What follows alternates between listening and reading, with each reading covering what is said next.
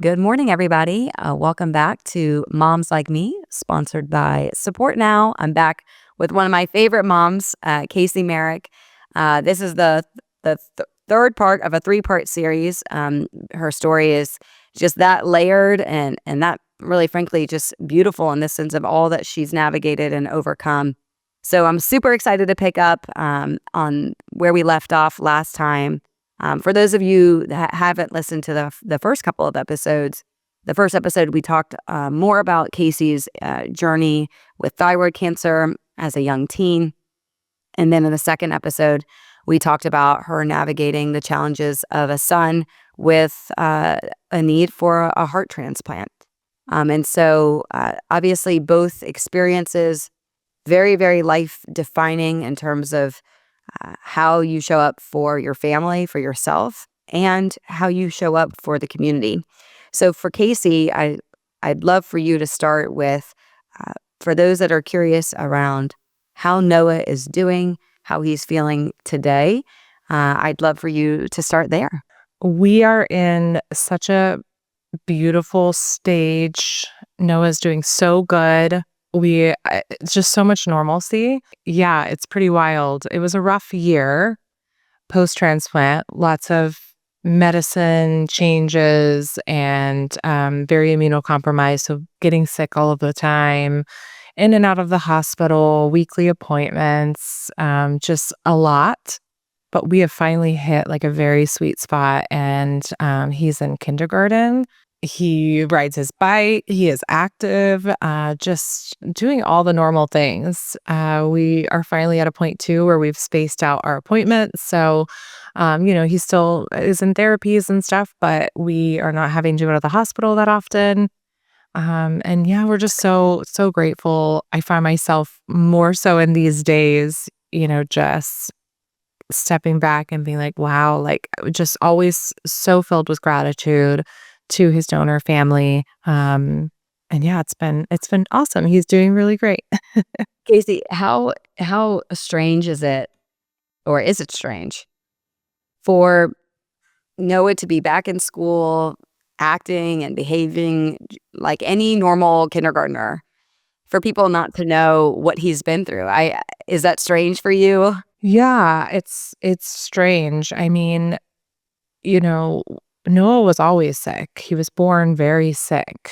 And so it's truly been like getting a new Noah. Like he has energy we've never seen before. He's also learning how to like regulate that energy, and that's been a whole teaching thing for him too. It's just been very such a journey. And yeah, it's hard because he's at school and he does have a nurse that goes with him, but we try to get his life as normal as possible. But also they have to know that he has these conditions. And so it's finding a balance of, I don't want to keep him in a bubble, and I don't want his whole life to be defined that he now has a heart transplant and, he has other conditions.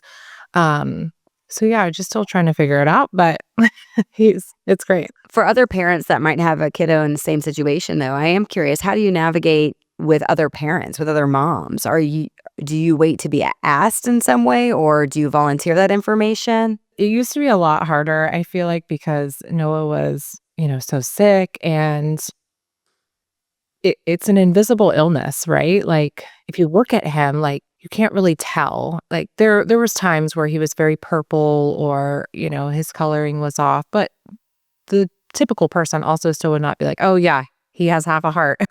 So, but I also, I was very angry. I was still in such an angry spot. And now, I've healed from that. I usually don't say anything anymore unless it's brought up. And again, it's kind of become less of our everyday life. Like, of course, there's so many things, but before it was like he was on the pump all day. Like I had to bring it up because there were other things Right. that,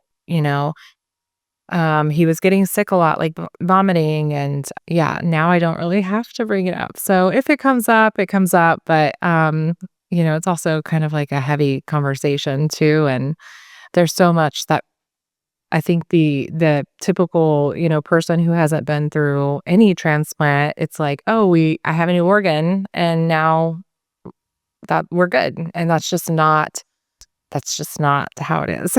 That's an interesting perspective to go from being noticeably sick, where it's an obvious thing to talk about, versus an invisible illness where people might not know. And another wonderful reminder of you never know what anyone is going through, to be gentle, because Noah, and frankly you and your family, are prime examples of there's a lot more that you might not be able to see here, that's adding to the joy and perhaps the challenge of raising him.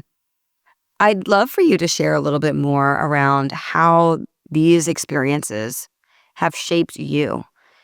I'd imagine your view of support and community is profoundly different than maybe someone that hasn't had to go through all that you've gone through. How has all of these experiences shaped you, and how do you show that to others? I mean, I think at a young age, as soon as after I was diagnosed with cancer, I wanted to give back, and I just wanted to find the purpose of why, and maybe that was healing for me, but it was, I also just wanted to help others going through it. Naturally, for myself, when we got Noah's diagnosis, I was like, "Oh my gosh, I have to help other moms now." And it was such an interesting change, right? Because I'd walked alongside of so many mothers who had sick children.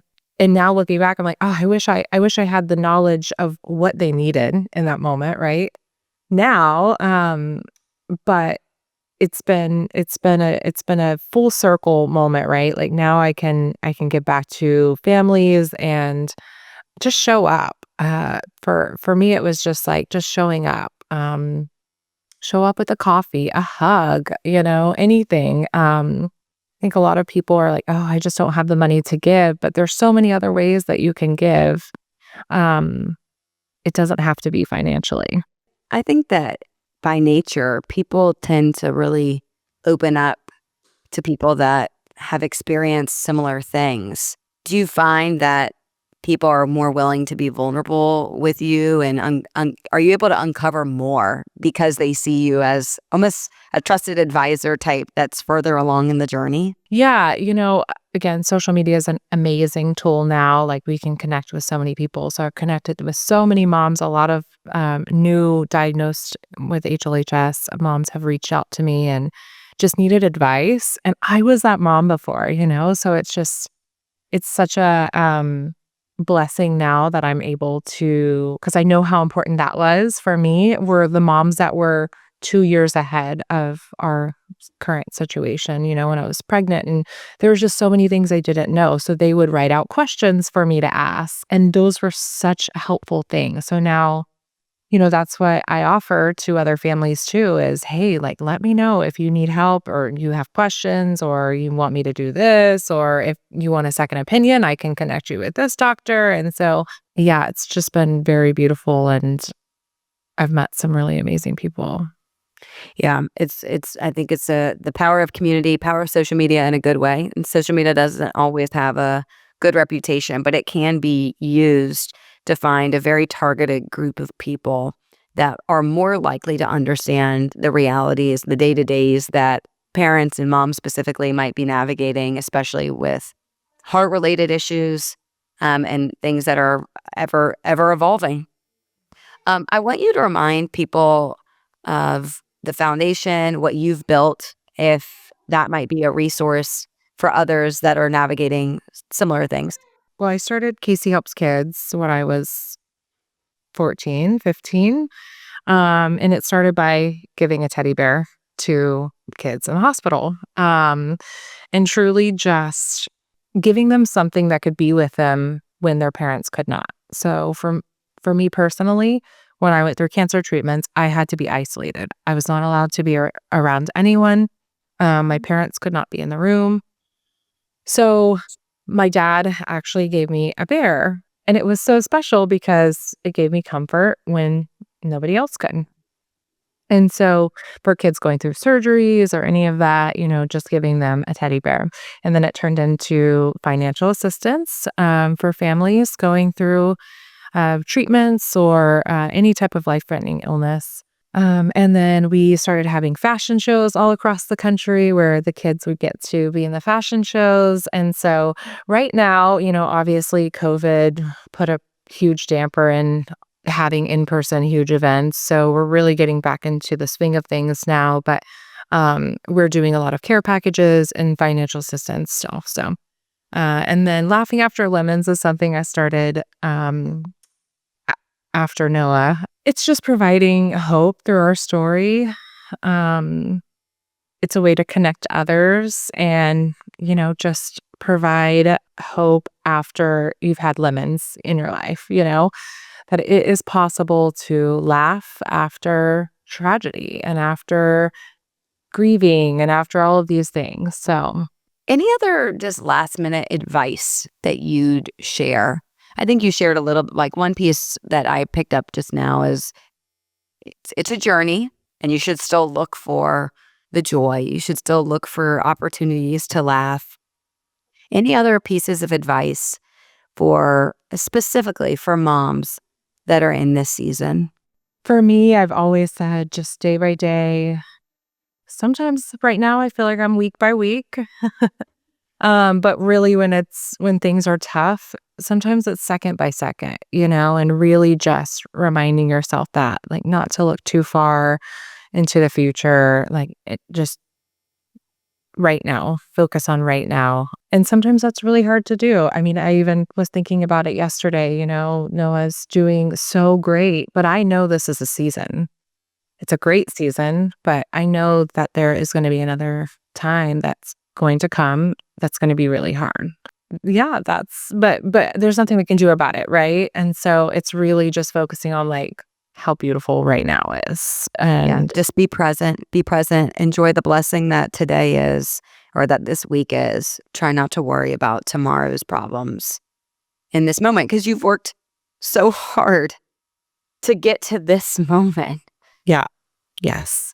Well, thank you, Kasie, for giving Support Now so much time to tell your unique journey. Again, I think it's such a wonderful example of perseverance and really making lemonade out of lemons because these are not easy cards to be dealt, and you've dealt with them so beautifully. And so, in some ways, you've dealt with them in a really just real way. It doesn't sound like you ever sugarcoated it or ever tried to create a narrative that wasn't there. This was really hard for you. Yeah. Yeah. This was really hard for your family, and you've sat in what felt hard. You're now sitting in what feels beautiful, and I'm so grateful again for you, for everything you do in the community, for everything you do, and even for Support Now through this podcast and more. As a final reminder for those that are listening that might have situations similar to Kasie and more specifically Noah, Support Now is a wonderful resource to do all those little things that Kasie talked about. The gift cards, the helping somebody, move hospital rooms, to galvanizing support for the full family. It doesn't have to be money and meals for a family to feel seen, loved, and supported. So if you know someone or feel like you are that person, please consider Support Now as a solution, as a platform to bring your community together. Again, Kasie, thank you so much. I'm so glad we got a little visitor on this podcast as well. Yes. It's a great present here. And again, I think it's so emblematic of you just moving forward despite all the things. That little blessing right there on your lap. Thank you, Kasie. Thank you. Thank you so much. Have a good day.